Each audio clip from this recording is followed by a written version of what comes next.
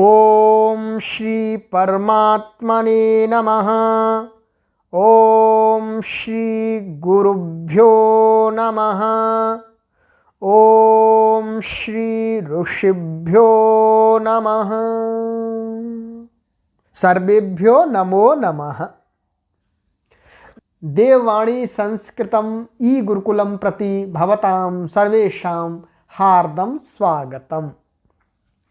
मित्राणि, अद्य वयं लघु सिद्धांत कौमुद्याः 39तमां कक्षां पठिष्यामः। संधि प्रकरणम्। गतपाठे अस्माभिः अवङ् स्फोटायनस्य इन्द्रे च इति सूत्रद्वयं पठितम्। समीचीनम्। अद्य ततः अग्रे पठिष्यामः। समीचीनम्। आगच्छन्तु हिंदी भाषया। तो आज हमको आचार्य वरदराज महाराज जी आगे ले चलते हैं। कहते हैं भाई अब और आगे चलो, कुछ नया पढ़ाएंगे। अब ये बहुत पढ़ा दिया, अब कुछ नया पढ़ाएंगे। तो आचार्य वरदराज महाराज जी आचार्य पाणिनि की अष्टाध्यायी के 8वें अध्याय के द्वितीय पाद के 84वें सूत्र को अपनी लघु सिद्धांत कौमुदी की सूत्र संख्या 49 में कहते हैं दूरात् धूते च। संख्या मैंने पहले ही बता दिया आपको। अब का विग्रह पदच्छेद देख लीजिएगा। दूरात् पंचमी विभक्ति एक वचनांतम, हूते सप्तमी विभक्ति एक वचनांतम। अब आप सोच रहे होंगे यहां पर तो दूरात् धूते है और गुरु जी ने लिख दिया ये यहां हूते। ये तो गलत लिख दिया। गलत नहीं लिखा, सही लिखा है। यहां पर संधि करके लिखा गया है। यहां पर संधि होने के कारण से ह को ध हो जाता है। सूत्र है, हम आपको आगे पढ़ाएंगे, झयो होन्य तरस्याम। ठीक है। तो उस यहां पर जब अलग अलग करेंगे तो ये ह है, हूते। तो हूते, इसमें ऊपर से अनुवृत्ति आती है वाक्यस्य टेह प्लुतः। तो इसमें ऊपर से अनुवृत्ति आती है वाक्यस्य टेह प्लुतः। अब आइएगा हम आचार्य वरदराज महाराज जी का अर्थ देखते हैं। दूरात् सम्बोधने वाक्यस्य टेह प्लुतो वा। सरल अर्थ है। दूरात्, दूरात् से यहां पर कहा जा रहा है कि संबोधने माने संबोधन में, अर्थात जब हम दूर से बुलाते हैं तो संबोधन ही बुलाते हैं जी, बुलाते ना, हे राम, हे भगवन। तो ये इस प्रकार से दूर से हम किसी को बुलाते हैं। वो देश से भी दूर हो सकता है, काल से भी दूर हो सकता है और मानसिक स्थिति से भी दूर हो सकता है। क्योंकि परमात्मा तो सब जगह कण कण में बसे हुए हैं, परंतु हम उनको पुकारते हैं। परंतु बेशक वो बसे हुए हैं, परंतु हमारी मानसिक स्थिति से वो बहुत दूर है। इसलिए हम चिल्ला चिल्ला करके पुकारते हैं, हे भगवान बचा लो, बचा लो, हम तो तड़प रहे हैं। चलो फिर भगवान आते हैं। तो ये संबोधन करने में, दूर से संबोधन करने में, और वो दूर जो उसका जो दैर्घ्य है वो काल की स्थिति से भी हो सकता है, स्थान की दृष्टि से भी हो सकता है और मानसिक स्थिति की दृष्टि से भी हो सकता है। ये बतला दिया मैंने आपको। तो आगे कहते हैं कि भाई देखो, जब संबोधन करते हैं तो संबोधन के लिए वाक्य होता है।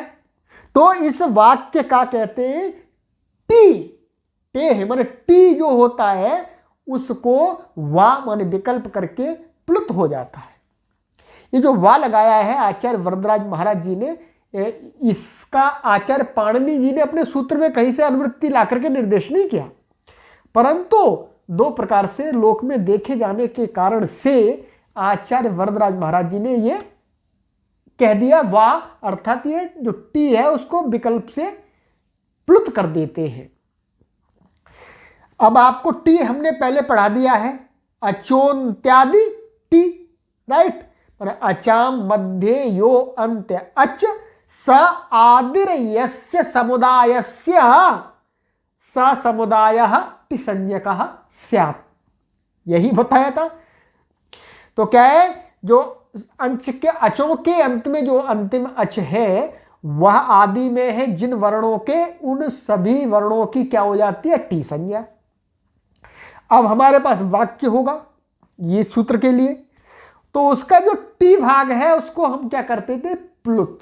और प्लुत भी हमने आपको पढ़ा दिया, क्या पढ़ाया था, ऊकालो ध्रस्व दीर्घ प्लुतः, अर्थात एक मात्रिक ह्रस्व होता है, द्विमात्रिक दीर्घ होता है और त्रिमात्रिक होता है जी प्लुत। और मात्रा की परिभाषा क्या है, एक बार चुटकी के समय को एक मात्रिक काल कहा जाता है, दो बार चुटकी के काल को द्विमात्रिक समय कहा जाता है और तीन मात्रिक को तीन चुटकी के काल को कहा जाता है। ये परिभाषा है सामान्य, हमने आपको फिर बता दिया आपको। तो कह रहे हैं कि जो टी है वाक्य का वो प्लुत हो जाता है, क्या हो जाता है, प्लुत। इसका उदाहरण हम ले लेते हैं, इन्होंने उदाहरण आगे सूत्र में दिखाया है, हम यहां पर देखते हैं। अब उदाहरण देखते हैं, आगच्छ कृष्ण अत्र गौश्चरति, ये आगे के सूत्र में कार्य आएगा। हम अभी इतना देखते हैं इसका संबोधन का।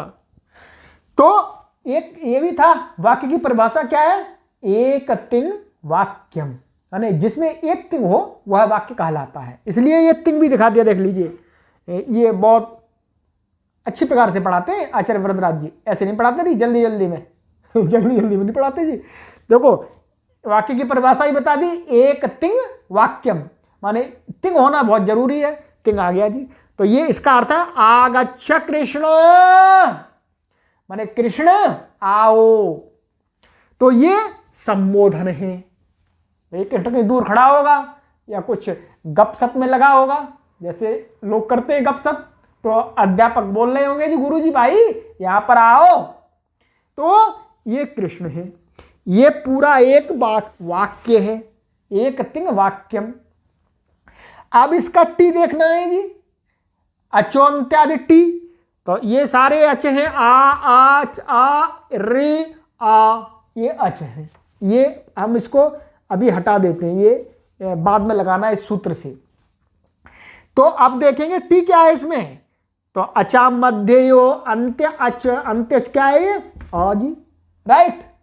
तो ये अंत्य अच, और ये आदि में है जिसके जी, तो इन महाराज जी के पीछे कोई है ही नहीं कोई है ही नहीं महाराज जी के पीछे, तो इसके लिए आचार्य पाणिनि ने सूत्र बनाई दिया, आद्यंतवदे कस्मिन, अर्थात एक ही में आदि और अंत का भी व्यवहार कर लेते हैं। तो ये महाराज जी अपने ही अंत हैं और अपने ही आदि है, तो इसलिए इन महाराज जी की क्या हो गई जी, टी संज्ञा, टी संज्ञा हो गई। अब इनका नाम टी रख दिया जी आचार्य पाणिनि ने। अब आप इनको टी बोल सकते हो, टी टी टी बोल के इनको चिढ़ा भी सकते हैं आप ठीक है, तो टी बोल दिया। अब आते हैं हम इस सूत्र पर, दूराग धूते च, ये संबोधन में विद्यमान ये वाक्य है, राइट। अब देखिएगा इस सूत्र ने कहा कि दूर से बुलाने में जो वाक्य होता है उसका टी प्लुत हो जाता है। प्लुत में तीन मात्रिक, और तीन मात्रिक है यह बतलाने के लिए पीछे क्या लगा देते हैं जी, ये ऐसे तीन का अंक लिख देते हैं।